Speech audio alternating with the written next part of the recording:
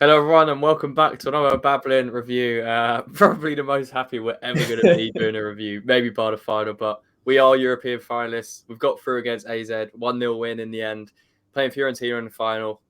How you feeling, Mike? The day after, has it settled down yet, or are you still just beaming like last night? I'm still in a state of euphoria, I think. But my flights are booked, my hotel's booked. I'm ready to go. I'm probably not going to get a ticket, but you know what? I'm going to be in Prague. So I think that probably sums up my level of excitement about this. First thing I did this morning was check my passport, check that about flights, and check for hotels. So, yeah, I think that probably clarifies my state of mind and how I feel about what happened last night. Yeah, exactly. I think every West Ham fan is the same, really. It's going to be absolutely rammed in Prague. I mean, we're only getting 5,000 tickets, which is just so small for it because like we were mentioning before this call, we would have taken absolutely thousands out there because this is an absolutely massive achievement, and it's something that's probably going to be very rare in our lifetimes to happen. So yeah, it's a bit of a shame on that sense, but absolutely thrilled to be in the final. We will be playing Fiorentina. It was actually so close to being Basel as well. Fiorentina scored in like the 128th minute of extra time. 29th minute, yeah. So it's just about to go to penalties. They got their goal, but it was deserved. So we're going to have to beat them.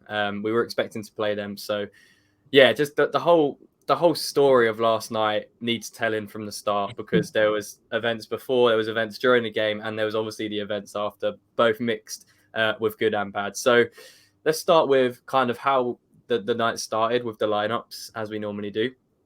As kind of was expected, I think the only one that was maybe iffy was around Kera or Kufal because he was back in the squad.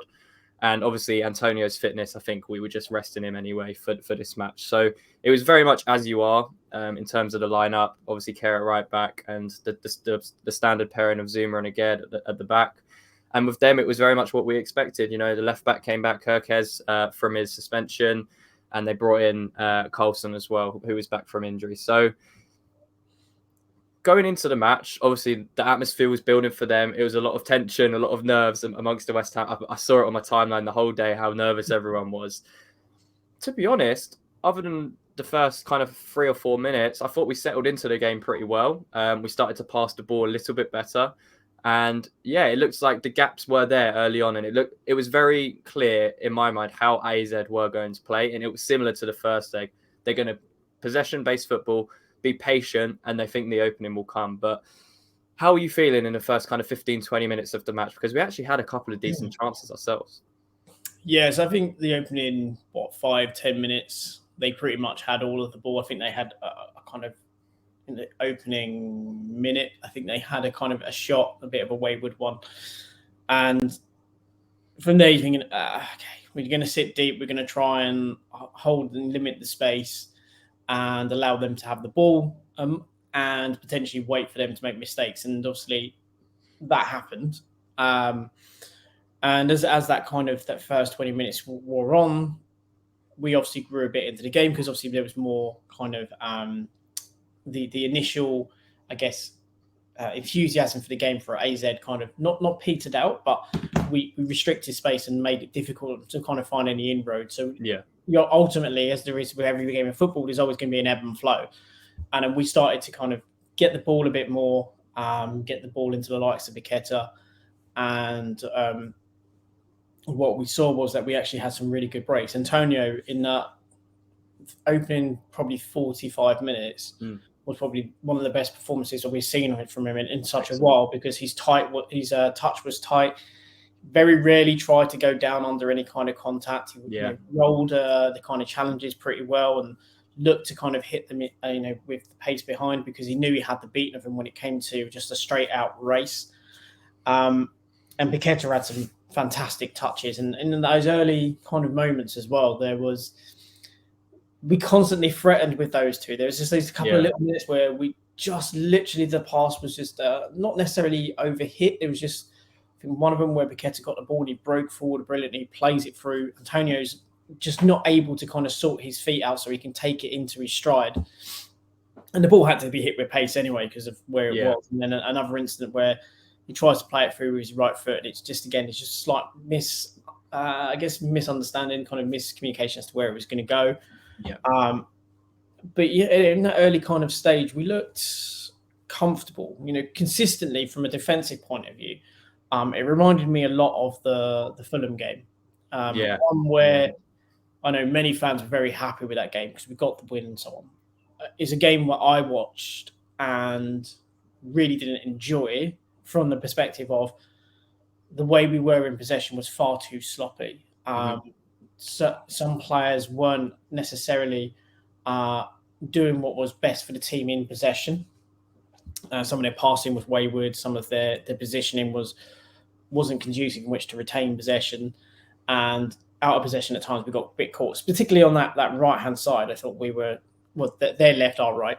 We were a bit weak defensively at times, and that's actually not to do with Kehrer. I thought Kehrer actually had a great game. I think Bowen at times kept switching off a bit defensively, but again, I think that's also we have to credit AZ Alkmaar there because they had Carlson back and they had Kirkes back. Yeah. Both players are instrumental for them. And as we saw with Kirkes, he is their best player. And as a 19-year-old kid to have that type of performance was fantastic. And he pretty much had Bowen in his pocket for most of the game. If we're going to be brutally honest, he pretty much, controlled what Bowen did when he did it. Yeah. But we had the better chances. They had opportunities, shall we say. They had a number of corners. They had a couple of good long shots, some not so good. But I felt that was their only kind of inroads. They realised they weren't able to kind of break us down so often. And when they managed to get past one, there was another player backing them up. And it was, I guess, a virtuoso Moyes performance in that it was just one where if you beat one player, another player's there. Defensively, it was brilliant, especially around our own box. It was absolutely phenomenal.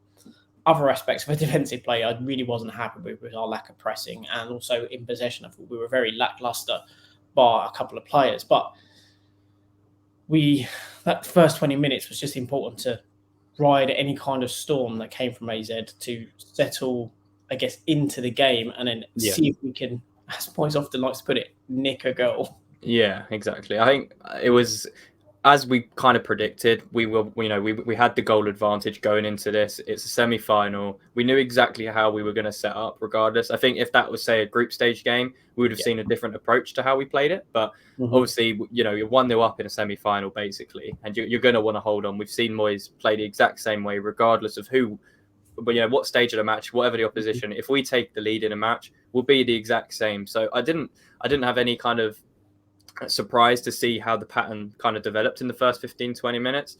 What was frustrating, again, like you mentioned, was a little bit in terms of possession, because we were very sloppy when we did turn over the ball in the middle third of the pitch, and we allowed them to have a bit too much of the ball. I think we just sat off a little bit. That's probably just due to the occasion. I totally understand that, but I think against a team that was a bit more penetrative with their passing and a bit more proactive, it would have been a little bit more tough to do that, because it would have just kept coming back. But because of how AZ played it, it kind of favoured Moyes, and it really worked into our favour. So yeah, like you mentioned, they really didn't threaten much at all.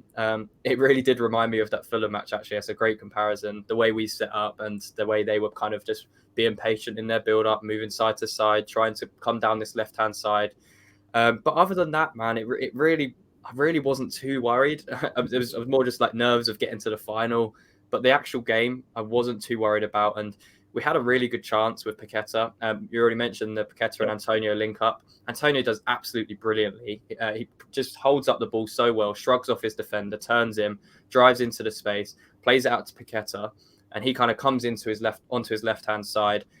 The midfield, I think it was their captain, Classy. He slips. Absolutely. Yeah. And Paqueta so close. It hit outside of the post.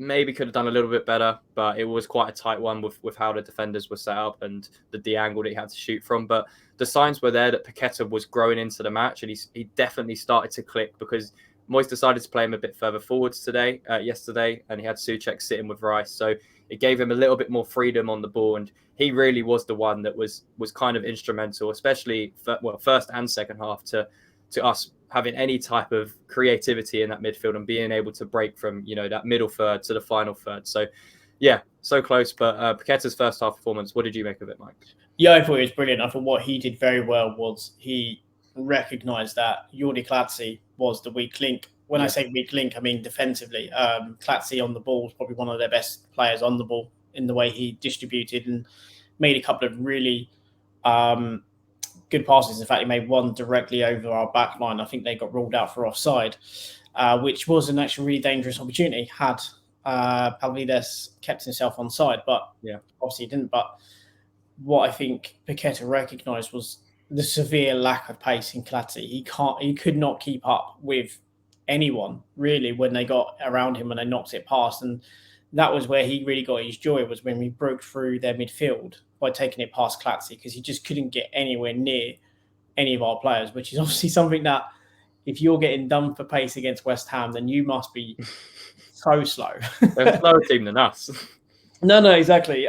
Literally, Clatsi for the entire game looked like he was running through the thickest treacle I have ever seen in my life.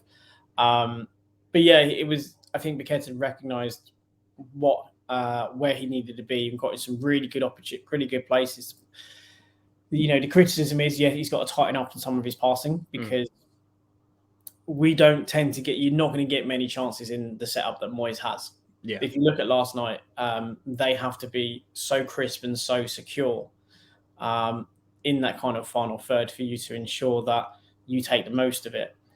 And he put himself in a couple of good positions. Again, he linked up well with Ben Rama coming over and linking over. But again, Ben Rama had moments where he did well, had much less of an impact as in the last game. Yeah. Had a fantastic opportunity where a nice bit of link play down that left-hand side and movement from him in which to just drop between the lines. In the middle, yeah. And, he had so much space. And rather than just kind of trying to, curl it, he's just tried to absolutely lever it. And I can understand, again, you're a bit tight. It's the situation of the game, and he's thinking just He does that in every game, though. He does that in every game. He does, but we've seen it in most recently, in most games, when he is actually shooting, it has been far better.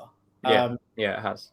And even with his crossing with his left foot, that's the first time in recent games as well in the game in this one where he actually put in a really poor left-footed kind of cross when he took him down side. Whereas in the last few weeks, he's actually been far better on his left foot than he has with his right foot with delivery. And I think there was that little bit of lack of composure, that little bit of tension of, I'm in a fantastic position. I need to make something happen here. And he's just kind of tried to hit it too sweetly. And he's got the technical ability to do better.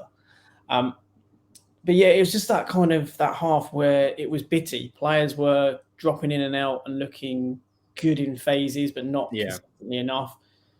As we've seen with Paqueta, something we mentioned even before he signed, and when we were signing him, he will work incredibly hard. And I'm glad people are now starting to see that and recognise it. The guy is an absolute battler as well. There was a point right at the end, just going off topic, but second half, right at the end, I think Danny Ings was jogging towards the ball and was going to collect it. Paqueta just runs past him and takes the ball off him. At that stage of the game, it just shows that his work ethic and how he approaches a match. Oh yeah, exactly. He's pretty much a bit all or nothing, and he's very much not afraid to get in the ref's ear. You can see that whenever you watch, you just need to watch. If the decision doesn't go our way, Paqueta is there. He's not as bad as Bruno Fernandes, but he does like to have a little moan. But again, he'll get stuck in. He put his foot in. As we said, he was on a yellow card. He potentially, if he picked up a card, he could have been in trouble for the next, obviously the final. But it was an incredibly assured performance from him, and had just a couple of little instances been a little bit tighter. Yeah. We could probably possibly be more secure. But having said that, had that been the case, we probably wouldn't have got the finale that everyone probably wanted more than anything. Or I think a very big section of fans probably wanted that type of finale because of who was involved in it. But we'll get into that in a moment. Well, yeah, let's go into the second half, because that was kind of the most of the first half. Second half kind of followed the same pattern. They were trying to open up a little bit more, and they were trying to find something from somewhere. The big two talking points were around penalties in the second half. So I just want to get your opinion on that as well, Mike. So the first one was kind of a ball over the top. really poor defensively from us again to allow that to go through. I think it was Pavlidis that went through, went over Zuma's head between Aged. Aged, comes back to recover. He kind of has his arm on him. He goes to commit for the tackle, doesn't touch the ball, and Pavlidis kind of falls over. For me, not a penalty. Yes, he had his arm slightly on him, but once you watch the replay back, you can see Pavlidis kind of stumbles into it himself. It's not like he's pulled him down or anything. So I think it would have been incredibly harsh to give that. But what were your thoughts on that anyway? Yeah, so as a penalty, I think it would have been harsh. Could it have been given? Yes, it could have been given because if he goes down. But I think the other thing as well that kind of went in our favour was the fact that you can see the strikers in the end playing for it. Yeah. He's not holding on to his shirt. He doesn't actually really make, kind of slide in and actually take the legs. He kind of really just kind of leans in and then falls over, the top of him. I think had he probably tried to touch the ball and then tried to, leap over again and then fall, I think he probably would have given it. But it was one of those ones where you look at the size of the centre forward, you look at the centre back, and you kind of go, well, you probably have enough strength in which to stay up in that situation. Yeah. And he was always kind of starting to go down. The moment Aged kind of put his leg out, he was always kind of doing that. So I think that's probably what helped Aged in that situation. And it's kind of funny because up until that point, I think it was either before that or after that, but the calls from the referee were definitely all at AZ. When there was a 50-50 call to be made, they were going in Alkmaar's kind of favour. And there was even a couple of instances where we won the ball quite cleanly but firmly and were ready to kind of move away, and he called it back for a foul.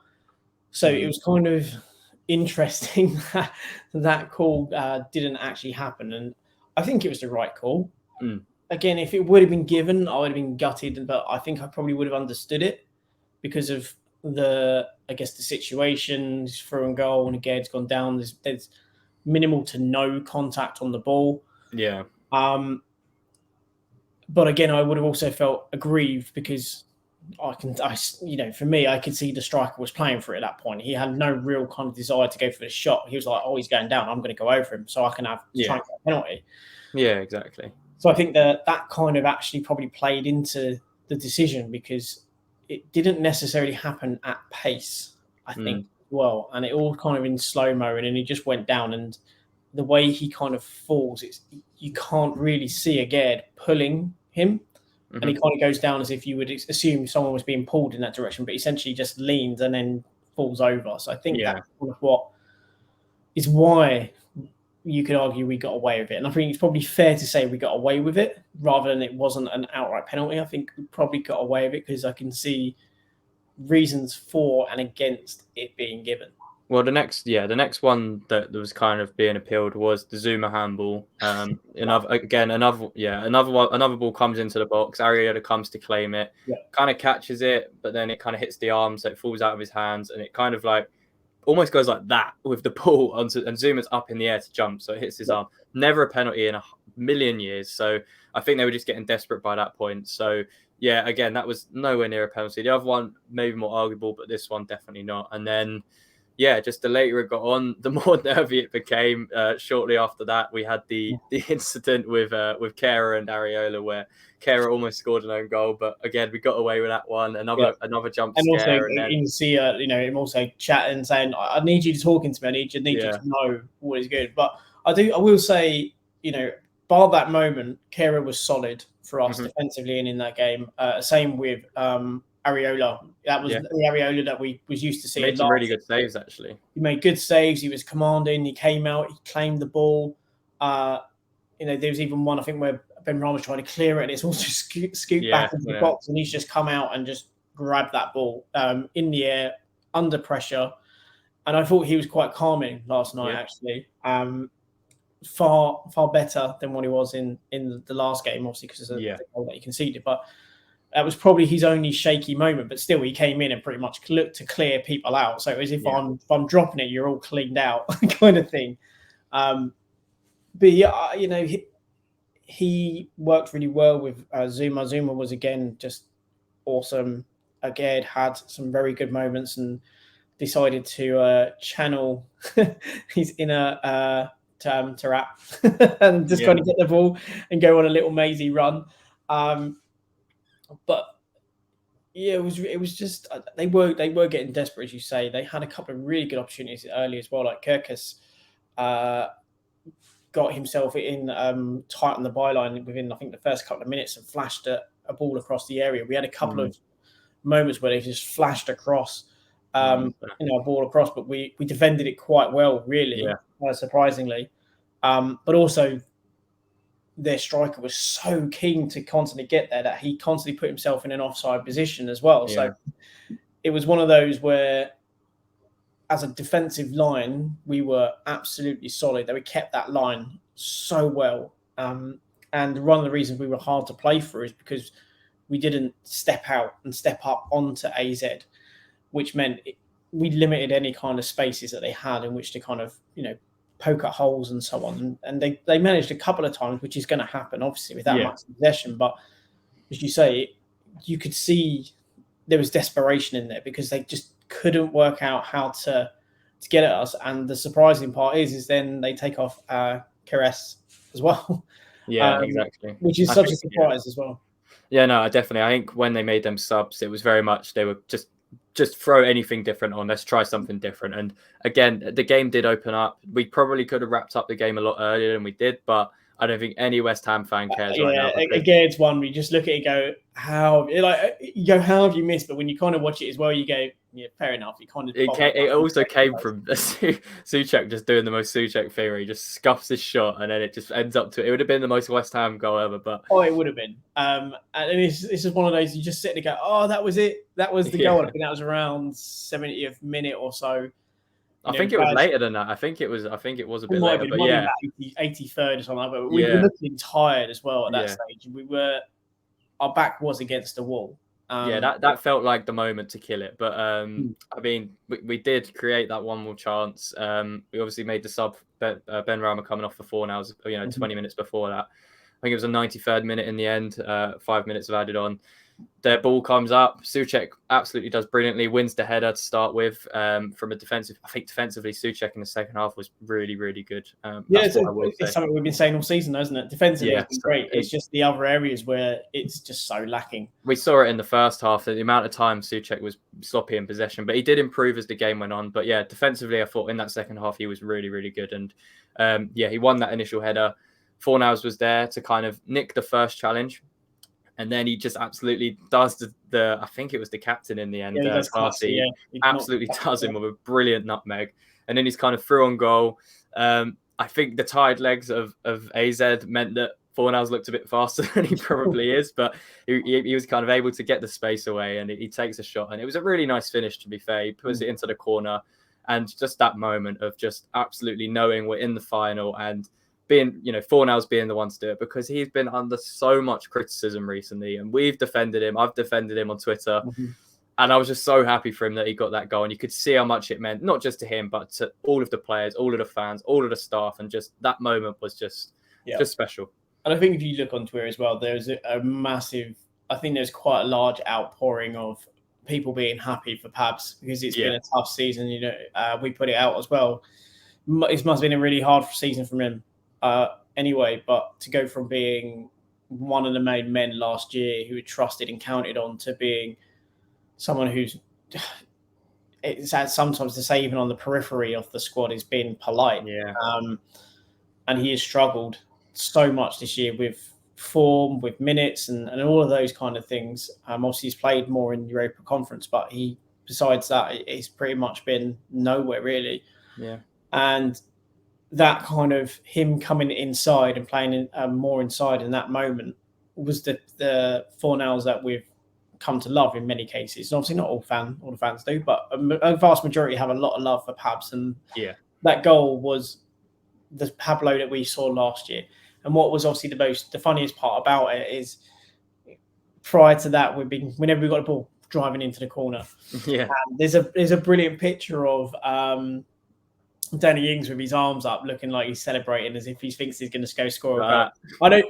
I don't think he was celebrating thinking he's going to score. I think he's just thinking the game's won now. He's going to take it to the corner. We're in like the 93rd, 94th minute. We're going to get it in the corner. And that's it. This is the game done. We're won. It's over. I don't think he necessarily thought he was going to shoot. I think he was celebrating. Well, we interpret it however we want, but yeah, you know, he just the way he gets the ball, he just obviously gets through the first challenge, and then to nutmeg Clatzy, and Clatzy, as I said, he had zero pace. He just could. He was. I think he was injured as well at that point. He kept kind of looking like he was injured. I think he was just done. I just think that done him anyway. So yeah, like he just couldn't go by that stage, and obviously Fornals got himself in there, and it was a brilliant finish as well. Tucked it into the bottom corner. The keeper had no chance. Yeah, and then just runs over to the fans. Like I was at home screaming at the TV, going, "He's free. Go on!" And then just let out like this high pitched, just verbal of I do not know when that ball went in the back of the net. It was brilliant, man, because it was obviously at that point everyone knew that was it, game over. That no one's coming back from that, and you know, Pav runs over to the fans, jumps up on the barricade. All the players come over. Ariola's clearly got some sprint on him because he gets there, I think, before Cresswell does, which is impressive. I can't wait for that West Ham clips of Cresswell going, I've gone, I've legged it. I've gone. But yeah, no, it was just brilliant. And after the game, you know, Pablo coming out and saying he just dropped to the floor and started crying. He's like, I think he even said that he doesn't know why he keeps crying at the moment, but it's obviously because, for me, it's obvious because he cares so much. The emotion's high, yeah. Yeah, he cares so much about playing and being someone that's trusted, but he also cares a lot for playing for West Ham. Yeah, it means a lot to him, and to got the goal to put us there. You know, he is our little Cockney Spaniard, you know, or Spanish Cockney, however you want to do it, but he just seems to get what fans want in a player, and he's always given everything. It hasn't always worked for him this year. In fact, more often than not, it hasn't. And I mean, even Rice in his post-match interview, he was speaking on BT. He said about Fornals. He said, you know, Fornals has been through so much this year himself, and you can see the emotion because he just cares so much. And you know, every time he puts on the shirt, he puts absolutely everything into it. So I think all of the squad were absolutely buzzing that it was Fornals to get that goal. And you know, you could just see it, the full-time whistles, even Moisey just jumping and skipping about. And you know, we'll get onto the celebrations very shortly because what actually happened after that was just crazy. We just have to touch on it before we get into that. But yeah, it seemed like that. I mean, I remember it last year at Lyon where there's a kind of family and friends section above, you know, where your players sit. So it's kind of amongst the home crowd, and you see the videos back now. You just see like the AZ Ultras, which fucking what did they even do? Really, it took 2 West Ham fans to stop them. I'll tell you what happened. I'll tell you what they did. They ran up, got twatted by some guys on top of the stairs, and then ran away. That's what happens. You know, the only thing that they're ultras in is that they're ultra babies and ultra idiots. It's just pathetic. That's it. It was pathetic. You've run up there as a whole massive group, and it's taken about 3-4 West Ham fans on top of the stairs to hold you off. And, you know, some of the West Ham players might get in trouble because I don't think they will. They were defending their families. The problem is you'd like to think there will be some sensibleness. It is UEFA. There's every chance they may go, well, you know, you can't put hands on players. That's what security's there for. Sorry, you can't put your hands on fans because that's what's there. You know, that would mean Paqueta, Benrahma, Downs. All will be in trouble because they were swinging. You know, they were laying hands on people. But again, you'd like to think common sense would prevail and understand that at that point in time, it was just they were people trying to defend their family, their friends. Paqueta's family wasn't even in the crowd, but he's gone in there to defend his teammates' family and friends, and that says something. That says a lot about Paqueta as well. Yeah, and it's just. Well, it's just ridiculous what happened, but it was really annoying because I was ready for the players, you know, watching it at home as well as you, ready for that celebratory moment, and it got delayed. But then finally we got it. The players eventually went over with Moyes, and it just people that were in that away end. I mean, it must have been absolutely amazing. And yeah, we're through to the final. We've done it. A 1-0 win, 3-1 on aggregate. It wasn't easy to watch at times. I will admit that, but I said at the beginning to my brother, I said, I'll take a 0-0, the most boring game in the world. So, and we had that moment at the end. I was having the same conversations throughout the week where a couple of people met. Sorry, a couple of people were DMing me going, they haven't lost in like 26 games. I was like, we haven't got to beat them to go through. Yeah. Like, it is, we don't have to beat them to qualify and go through in this game.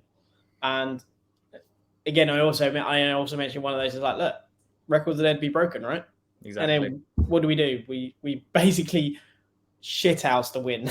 Really, I don't think we shithoused it, to be honest. I don't think they didn't have enough chances for it to be a shithouse. I think from the perspective of we literally sat back. The approach was shithouse, yeah. Yeah, and that's what I mean. It's we literally just sat there, let them have the ball, and to try and pepper around our area with passes. I mean, to be honest, I really didn't mind that. I mean, look at the Roma game yesterday. I don't know if you've seen. Roma was basically exactly the same as us. They had one shot the whole game. They faced about 25 shots, and they got the nil. Mourinho did exactly what they needed to do. So, in the end, I think it was one shot that was actually off target, and they still exactly. So in the end, it worked out. We've got through. It doesn't matter. We've done it. We're in the final. We're going to face Fiorentina, but let's not worry about that right now. We'll get into the breakdown. Let's just enjoy this moment. And yeah, I guess before we end, obviously the celebrations, everyone's been on Twitter, probably on their phones all day and all last night with everything, all the players, backstage dancing, messing about. It's just a brilliant moment. So on the pitch, who was your man of the match from last night? Who stood out to you? It's a really good one. I think if I'm going to pick a player, this player I keep picking, I think most of the time for the most part into this season, I think I'm going to have to go for Paqueta. It's close between him and Zuma, really, in my mind, because I don't think Zuma put a foot wrong and was brilliant in leading that back line and defended almost pretty much everything that came in. So, yeah. But it's just those little bits of, fairy dust that Paqueta has when he's got the ball and his overall player. I really think he's showing it. I know some people are probably going to say, "Oh no, you should give it to Pabs because of the goal," but I'll give it to Pabs all day.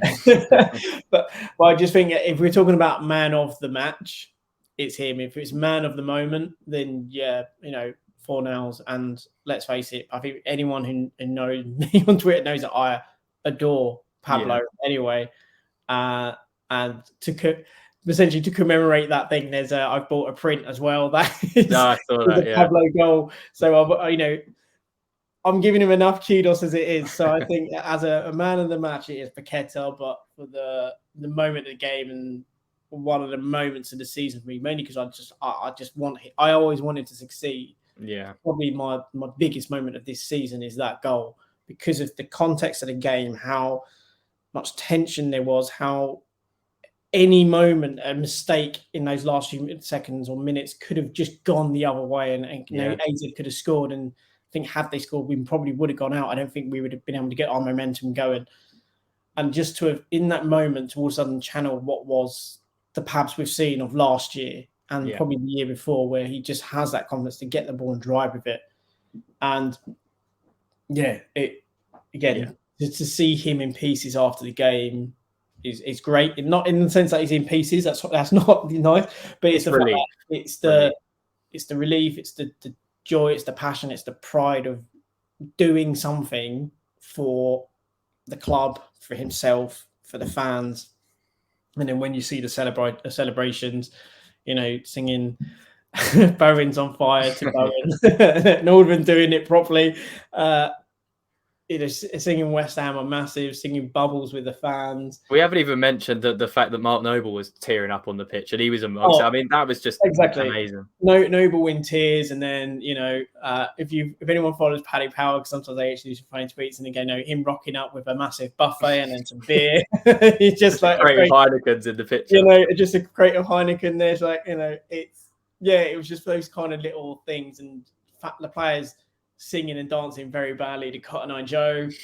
It's all those silly little things, and it's those kind of things as well. Like now in the final, before the game, people are going to be singing Cotton Eye Joe in like the square in Prague, and people actually do it like dancing to Cotton Eye Joe, and just those silly things that come out of these games is something that's going to happen. And we go into these next two games with, well, if we beat Leeds, we're safe. So arguably, you go to the we're safe. I know we're safe. I've said we're safe since the Bournemouth game, but again, if we get that win, get the draw, categorically we cannot be relegated. Yeah, exactly. I think it'll be a really good atmosphere on Sunday around the ground. It'll feel like a buzz. I think the ground will be buzzing because you said it will be. It's going to be because of this. We're all going to be singing about being in the final. Exactly. Yeah. There's going to be loads of "K Sarah Sarah" will be sung throughout the game. I'd quite like Moyes really to, give young Mbama a start. Really, I think he will now. These last two games, I think he's going to rotate a little bit. I think it'd be brilliant to see one or two of these youngsters now given a go. Yeah. Like Mbama to start. We know what Ings can bring. I thought Ings actually again looked a lot better when he came on. Done very well yesterday. Yeah. Something seems to have clicked for him. I think a bit. Yeah. Maybe I think he's maybe been a bit more intensity, a bit more effort. Not that I don't think he was before. I just think he's maybe given a little bit more of himself. Maybe a little bit less pressure now as well. Now we're kind of safe. Yeah, exactly. I would just be nice to see, Mbama given a go, or at least given a good 40, 50 minutes, because he looked quite bright when he came against Brentford and we're safe. So let's have a bit of a party. It's his last game of the season at home. Give a couple of youngsters a go, rest a couple of the lads. Yeah. Get Soufal back in the team just to get something into his legs in case we want to use him for the final. But it's nice to relax a little now. And it's now, I think, all about just keeping minutes in legs. And it's been a tough season. It's been a very tough season for everyone watching, but we're pretty much safe now, and we've got ourselves to a European final. So just enjoy this moment. I mean, it's what it's all about. We've mentioned it so many times. Moments in football you will remember, and last night you will remember for a long time because it was that kind of moment. So yeah, we'll talk a bit more about Leeds in our breakdown preview tomorrow. But yeah, for today, just enjoy the weekend. It's all blurred into one. It really is. It's still yesterday. It's fine. It counts as the same day. It's fine. But I don't think anyone's really slept. So yeah, exactly. But yeah, we're gonna leave it there because we could talk about how happy we are all day. But yeah, to the fans, says it all, right? We haven't smiled much all season, and we're actually smiling. Yeah. Unfortunately for us, though, we didn't get to go. Sloth did get to go, so we are both incredibly jealous. You also got to have a couple of pints with Andy Carroll as well. So that's why Sloth isn't here, because he's possibly nursing a hangover as well. Absolutely. But well deserved as well for getting out there to get and have a pint with Andy Carroll or two. And it's it was just great and all. And I'm just going to shut up now because I could just keep waffling about that game. So yeah, no, we're amazingly happy. We've got to the final. We're so close now to lifting that trophy. Let's just hope we can go one step further and go out on a high this season and actually have European football again next season, which would be a massive boost. But yeah, that's going to be it for today. Make sure to leave a like on the video, subscribe to the channel if you are new. And Mike, there is one thing for us left to say, and that is... Come on, you Lions!